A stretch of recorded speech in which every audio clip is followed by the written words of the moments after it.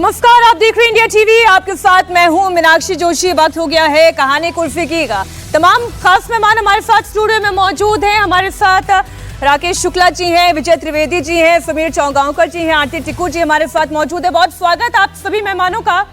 महाराष्ट्र में बीएमसी के चुनावों में मुंब्रा से एआईएमआईएम के टिकट पर चुनाव जीतने वाली कैसे कह रही है कि पूरे मुंबई को हरा कर देंगे। हम बताएंगे आपको कैसे अखिलेश यादव ये कह रहे हैं कि 27 जो है 37 तक, ये 37 जो है 27 का चुनाव जिताएंगे। करेंगे इस खबर पर भी बात होगी। उत्तर प्रदेश में शंकराचार्य के से जुड़े हुए विवाद की भी बात, कैसे असली और नकली शंकराचार्य पर आ गई है, कौन सही कौन गलत, करेंगे तमाम खबरों पर चर्चा। लेकिन सबसे पहले बात होगी पश्चिम बंगाल की।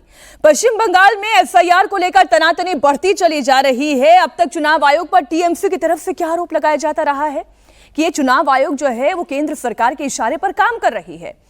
ये चुनाव आयोग ममता दीदी के वोट काटने पर अड़ी हुई है। लेकिन ममता दीदी के विधायक जो हैं वो अब धमकियां देने पर उतारू हो गए हैं। बात राम रहीम तक आ गई है, बात लाठी डंडे तक आ गई है, बात पाताल से खींचकर निकाल देने तक आ गई है। यह हो रहा है पश्चिम बंगाल में। फरक्का से टीएमसी एमएलए मोनिरुल इस्लाम ने मुर्शिदाबाद के एक मंच से चुनाव आयोग को सीधे धमकी दी। मोनिरुल इस्लाम ने लोगों को भड़काते हुए कहा कि छोटी लाठी या झंडे से काम नहीं चलेगा, इन झंडों को डंडों से बांधना होगा, मोटे मोटे डंडों का इस्तेमाल करना होगा। एमएलए मोनिरुल इस्लाम ने क्या चेतावनी दी, पहले वो आप सुने। এই ঝান্ডা কমছি ঝান্ডা চলবে না, লাঠিতে বাঁধতে হবে, লাঠিতে। और কোমরকে ঢিলা করে দিতে হবে নির্বাচন কমিশনে। মানুষকে নিয়ে ছেলাকেলামো করছো আর তুমি নিরাপত্তা নিয়ে ঘেরাটোপের মধ্যে আছো না, তুমি আকাশে আছো, পাতাল থেকে ছেঁচিয়ে বের করবো। एमएलए मोनिरुल इस्लाम ने चेतावनी दी, चुनाव आयोग का पट्टा उतार दिया जाएगा। मोनिरुल इस्लाम ने दावा किया कि अगर फरक्का इलाके के किसी भी सही वोटर का नाम वोटर लिस्ट से हटाया गया तो चुनाव आयोग को पाताल से खींचकर बाहर निकाला जाएगा। और इतना ही नहीं, टीएमसी के इसी एमएलए ने एक नया खेल भी खेला है। मुसलमानों को उकसाने के लिए मोनिरुल इस्लाम ने यह कहा कि एसआईआर में राम वालों का नाम सुनकर उन्हें छोड़ा जा रहा है, लेकिन रहीम वालों का नाम काटा जा रहा है। एक और बयान सुनाते हैं आपको। রামের যখন নাম শুনছে তখন উনি বলছেন আপনার কিছু লাগবে না, আর রহিমের যখন নাম শুনছে তখন 14 গোষ্ঠীর ওর খতিয়ান চাইছে। এই টিচারিটার নির্বাচন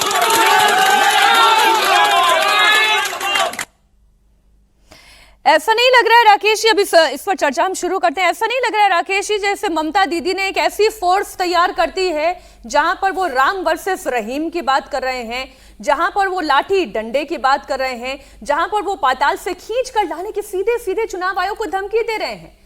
क्या वो हिंसा फैलाना चाहते हैं पश्चिम बंगाल में? देखिए, हिंसा की जहां तक बात है तो एनसीआरबी की रिपोर्ट ही बताती है कि 2021 के विधानसभा चुनाव के बाद जो दर्ज हुए मुकदमे वो 237 थे, और 237 मुकदमों में उन मतदाताओं और उन समर्थकों का घर जलाया गया, पीटा गया जो भारतीय जनता पार्टी के पक्ष में गए थे। तो ममता बनर्जी के विधायक की तरफ से जो धमकी दी जा रही है वो सीधे सीधे सेंटर एजेंसी को धमकी देके एक तो राज्य के कर्मचारियों को वो ये मैसेज दे रहे हैं कि आप हमारे साथ ही रहिए, हम आपका पूरा संरक्षण करेंगे। दूसरा, विपक्ष के मतदाता और समर्थकों को ये मैसेज कर रहे हैं कि यदि आप टीएमसी को छोड़ के उनके विरोध में जाएंगे तो आपका हश्र भी ठीक नहीं होगा, क्योंकि यदि हम सेंटर एजेंसी को धमका सकते हैं और उसके लिए कुछ भी करने के लिए उतारू हो सकते हैं तो आपको 2021 की तरह हम छोड़ेंगे नहीं। ऐसा लग रहा है विजय जी कि गले पर कट्टा रख के काम करवाने की तैयारी की जा रही है। क्यों बोल ही रहे हैं ऐसा?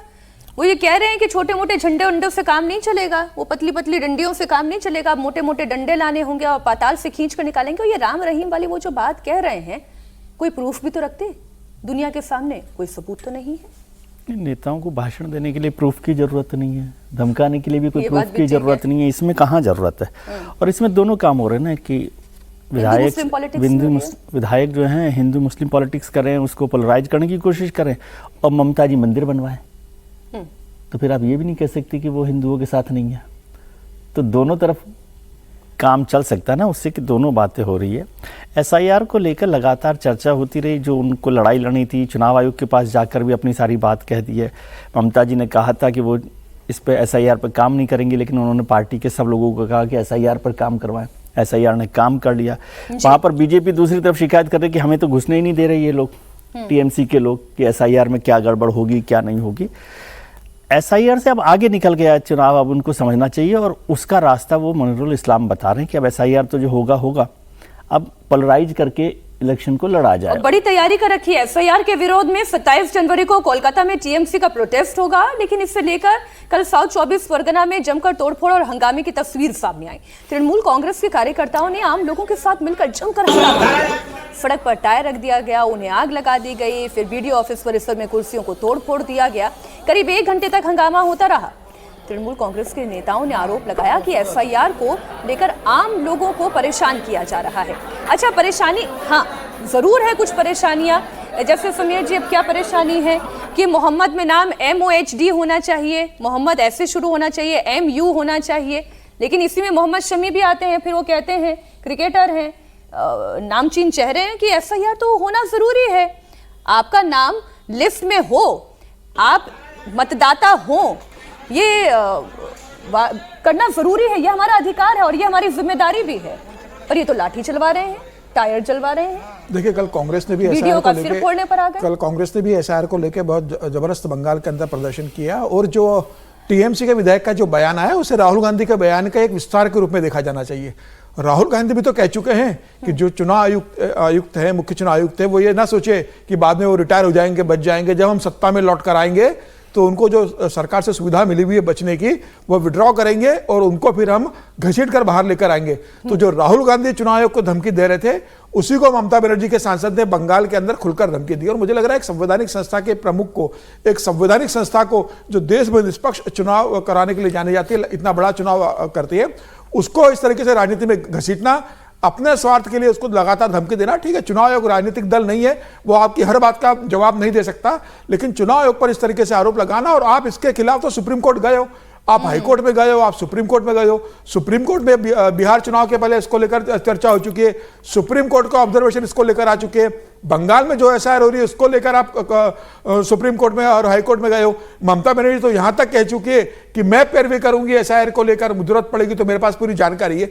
तो जब आप सुप्रीम कोर्ट में हो और हाई कोर्ट में इस मामले में सुनवाई हो रही है, तो आपके पास तो बड़े बड़े वकीलों की फौज हाई कोर्ट और सुप्रीम कोर्ट में है। तो मुझे लग रहा है कि आपको न्यायपालिका पे भरोसा होना चाहिए। जो सुप्रीम कोर्ट का निर्णय बिहार को लेकर एसआईआर को आया था, उसके बाद अगर बंगाल को लेकर आता है, अगर कोर्ट का होता तो कोर्ट की बात का इंतजार भी तो किया जाता। आरती जी, यहाँ तो कोर्ट की तरफ कोई देख ही नहीं रहा है, खुलकर हिंदू मुस्लिम की पॉलिटिक्स कर रहा है।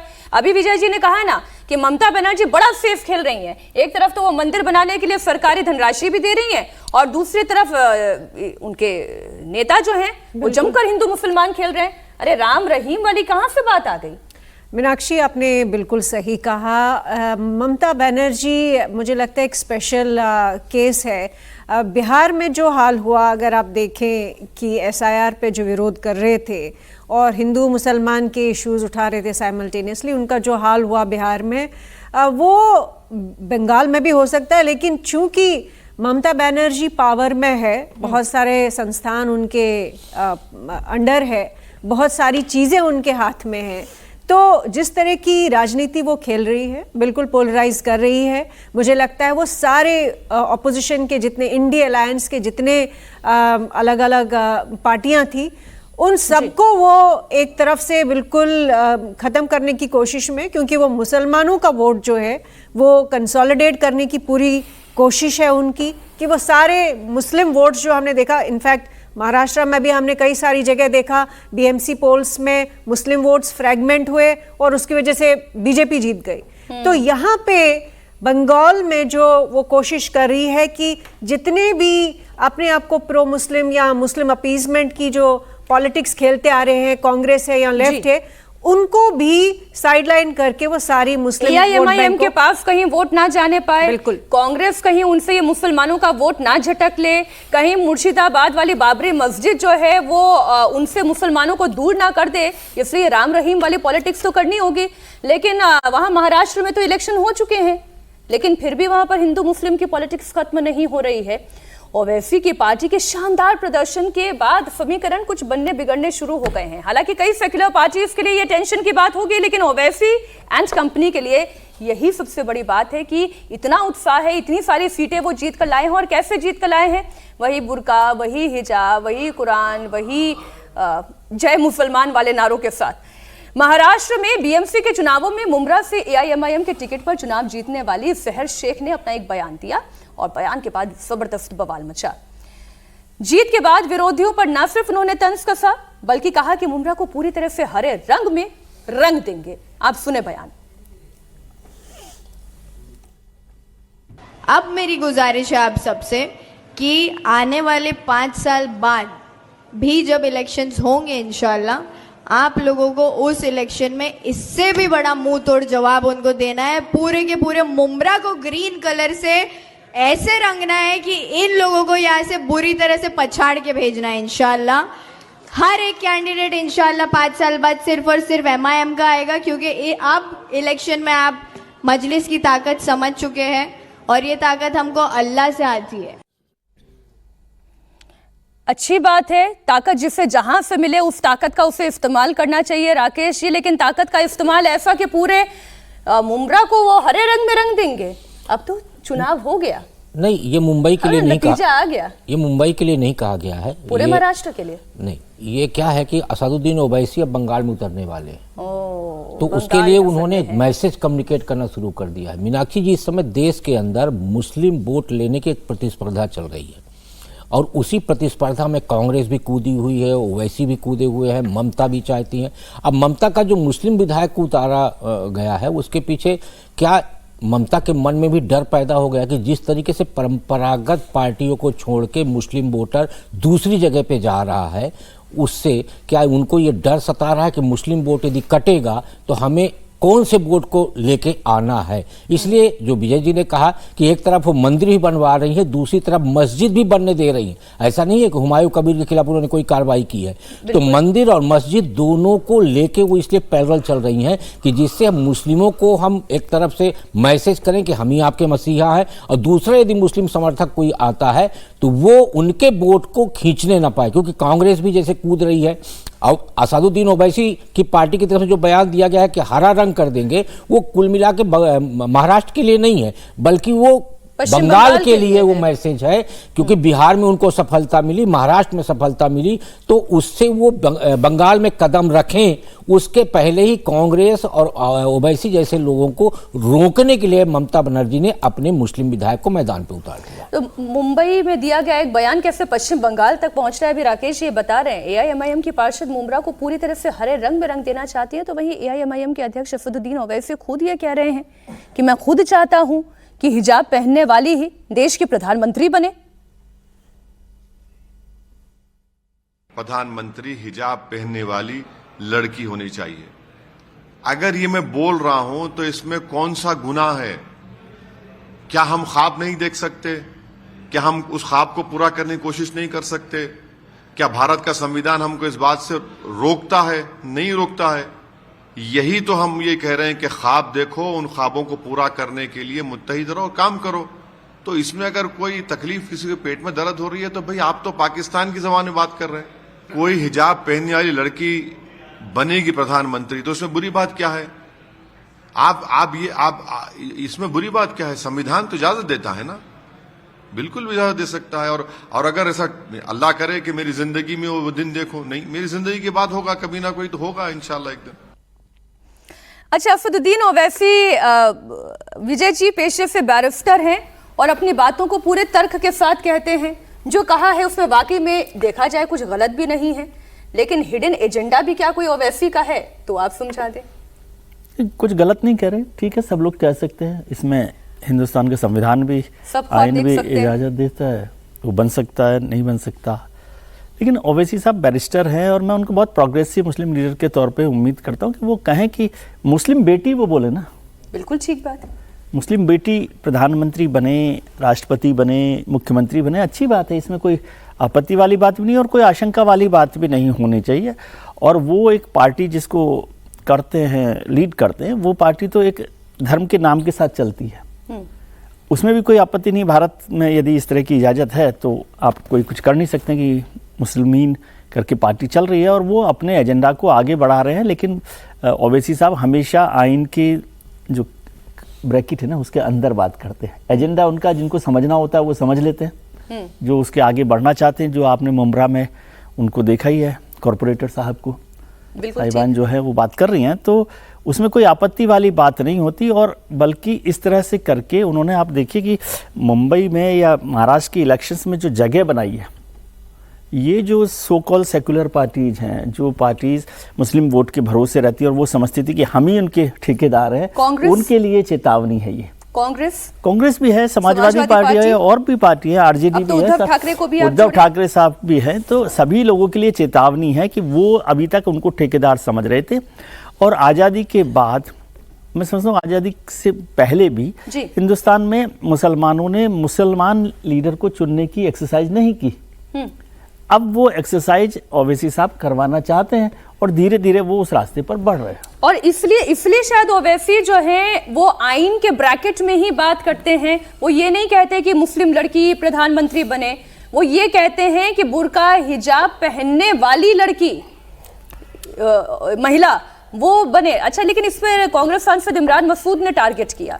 उन्होंने कहा कि नफरत फैलाने से कुछ हासिल नहीं होगा, हमें हिजाब से कोई दिक्कत नहीं है, लेकिन परेशानी यह है कि आप हिजाब को टारगेट करके नफरत फैलाने की बात करते हैं। आप सुनिए इमरान मसूद को भी।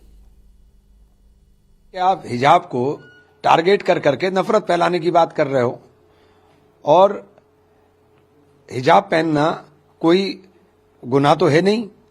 हिजाब तो हमारी संस्कृति का हिस्सा है। भारतीय संस्कृति में भी तो सर के ऊपर पल्लू ढका जाता है, तो ये तो हमारी संस्कृति है। इस संस्कृति से किसी को एतराज क्यों है? इससे क्यों नफरत फैलाना चाहते हैं? संविधान में तो लिखा नहीं कि कोई मुसलमान प्रधानमंत्री नहीं बन सकता, संविधान में तो नहीं लिखा ना, तो फिर ये इस तरह की बातें करने से कोई हासिल नहीं होता ना। अब जिससे सबसे ज्यादा डर है आरती जी, वो बोल रहे हैं सबसे पहले। उन्हें पता है कि ये तो हमारा कोर वोट बैंक था जिस पर असदुद्दीन ओवैसी ने कुंडली मार ली है। बिल्कुल, ओवैसी साहब नफरत तो फैला ही रहे हैं। मुझे आश्चर्यजनक ये लगता है कि ये अपने आप को प्रोग्रेसिव मुस्लिम बोलते हैं या कहते हैं। कई सारे लोग भी मानते हैं कि प्रोग्रेसिव मुस्लिम है, लेकिन इन्होंने ये नहीं कहा कि भारत की प्रधानमंत्री एक महिला होनी चाहिए, कि जो इंदिरा गांधी के बाद अभी तक हुई नहीं। इंदिरा गांधी जी भी इसलिए बनी क्योंकि वो नेहरू जी की बेटी थी। इन्होंने उस तरह से नहीं कहा, इन्होंने रिलीजन को अपनी वो ढाल बनाया और उस तरह की राजनीति की। इमरान मसूद को किस बात का डर है? लेकिन इन्होंने ये कल को ये कहे कि भाई स्कर्ट पहनने वाली कोई प्रधानमंत्री होनी चाहिए, पैंट पहनने वाली प्रधानमंत्री होनी चाहिए, टोपी पहनने वाली, घूंघट डालने वाली। ये तो बहुत ही रूढ़िवादी, बहुत ही घटिया किस्म की बातें हैं, नफरत फैलाने वाली बातें हैं। और इमरान मसूद ने बिल्कुल सही कहा, मैं उनको रैशनली और लॉजिकली उन्होंने जो बात कही सही कही है। लेकिन हाँ, कांग्रेस को डर ये है क्योंकि कांग्रेस इस तरह की राजनीति कई लंबे समय से करती आ रही है, और अब उनसे भी ज्यादा बदतर जो मुसलमान रिलीजियस पॉलिटिक्स पे जो राजनीति खेली जा रही है वो ओवैसी साहब खेल रहे हैं, और उनके जैसे कई और सारे लोग। तो ये कह सकते हैं कि पूरी की पूरी राजनीति जो है इतनी डीपली पोलराइज हो चुकी है भारत में, इतना गंदा प्रदर्शन हो रहा है हमारी पूरी राजनीति का कि अफसोस सबको होना चाहिए। असल में सबसे ज्यादा तो ये अपने आप को जो बुद्धिजीवी मानते हैं, सबसे ज्यादा तो ये जो अपने आप को पढ़ा लिखा मानते हैं। ओवैसी साहब बैरिस्टर है, पता नहीं क्या पढ़ा है उन्होंने और क्या वो सिखा रहे हैं अपने समाज को। तो मुझे लगता है ये बहुत ही दुर्भाग्यपूर्ण बात। तो इमरान मसूद साहब के लिए दिक्कत है, इमरान मसूद साहब इतने दिन से वो बड़ा जहाज लेकर बैठे हुए हैं, उसमें कहा ये सारी छोटी छोटी नावें उसके अंदर आ जाएं, और वो नावें अपने आप की अलग अलग चल रही हैं। वो दिक्कत है, जहाज अभी खाली पड़ा हुआ, वो है चिंता उनकी। इमरान मसूद साहब है 1873 से लेके 1973 तक का यदि आप इतिहास देखेंगे तो महाराष्ट्र में गैर मराठी ही मेयर हुआ करते थे और उसमें मुस्लिम भी मेयर बना। 1973 में जो शिवसेना का उदय हुआ उसके बाद से धीरे धीरे मराठी मतलब मानसिकता बनती गई, और फिर उसके बाद ये हुआ कि मेयर तो मराठी ही होगा। तो इसलिए ये कहना कि मुंबई में पहली बार की बात कर रहे हैं ये ओवैसी साहब, ऐसा नहीं है। नहीं, वो वैसे भी मुंबई सेंट्रिक, आप ही ने कहा सर, वो मुंबई सेंट्रिक है भी नहीं। हाँ, वो कुल मिला के बंगाल के लिए एक नया मैसेज है। अच्छा, ओवैसी की बातों पर भले ही सियासी घमासान छिड़ा हुआ हो, लेकिन इस बीच खबर ये भी है कि आने वाले यूपी चुनाव में ओवैसी के साथ अखिलेश यादव खड़े हो सकते हैं। खबर यह है कि यूपी विधानसभा चुनाव में अखिलेश यादव ओवैसी से हाथ मिला सकते हैं। समाजवादी पार्टी और एआईएमआईएम में गठबंधन हो सकता है, और इससे लेकर कल समाजवादी पार्टी की बैठक हुई, तब चर्चा भी हुई। बैठक में अखिलेश यादव के साथ उनके सभी 37 सांसद शामिल हुए। उसके बाद उन्होंने बाकायदा एक पोस्ट भी डाला। उस पोस्ट में उन्होंने जो लिखा वो भी बड़ा इंटरेस्टिंग है, क्योंकि जो 27 के लेकर जो राजनीति होगी उसको लेकर ये पूरा मंथन था। उस पर अखिलेश यादव ने बिगुल भी फूंक दिया। उसने ओवैसी के साथ गठबंधन को लेकर क्या चर्चा हुई है, उस पर कुछ रिएक्शंस आए हैं, वो आपको सुना देते हैं। मैंने कहा ना, मैंने कहा तो आपसे कि पीडीए की लड़ाई में जो आ गया साथ उसका स्वागत किया जाएगा। भारतीय जनता पार्टी को समाजवादी पार्टी और इंडिया गठबंधन हरा रहा है। यानी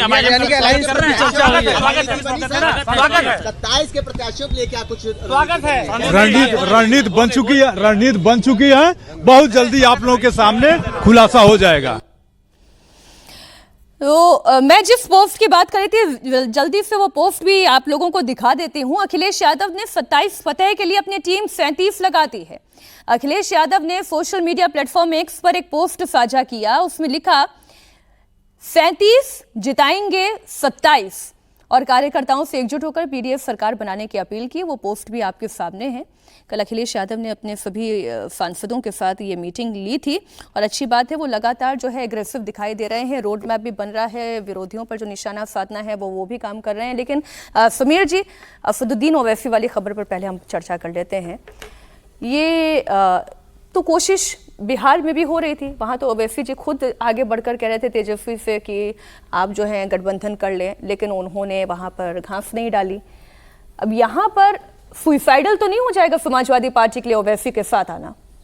देखिए, बिहार में सिर्फ ओवैसी ने कोशिश ही नहीं की थी। बिहार में तो ओवैसी के जो प्रदेश अध्यक्ष है वो तो पूरा बैंड बाजा लेकर आरजेडी के कार्यालय पे चले गए थे, लालू प्रसाद के घर पर गए थे। तेजस्वी ने नहीं माना और गठबंधन में हमें शामिल करो और हमें सिर्फ 5 सीट दे दो, आप बाकी सीटों पर आप लड़ो। लालू ने इसे स्वीकार नहीं किया, तेजस्वी ने इसे स्वीकार नहीं किया। हालांकि कांग्रेस की कोशिश थी कि ओवैसी गठबंधन में तेजस्वी उसको शामिल करे, लेकिन मुझे लगता है कि उत्तर प्रदेश में ये कहा जा रहा है कि भाई ओवैसी क्या अखिलेश यादव के साथ गठबंधन करेंगे, अखिलेश यादव क्या ओवैसी को प्रस्ताव देंगे गठबंधन में आने के लिए।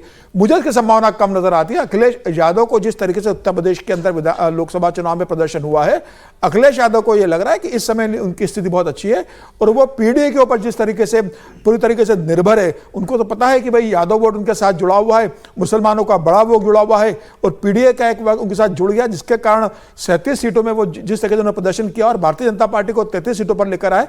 तो मुझे लग रहा है इस बात की संभावना कम है कि वो ओवैसी के साथ किसी भी तरह का गठबंधन करे।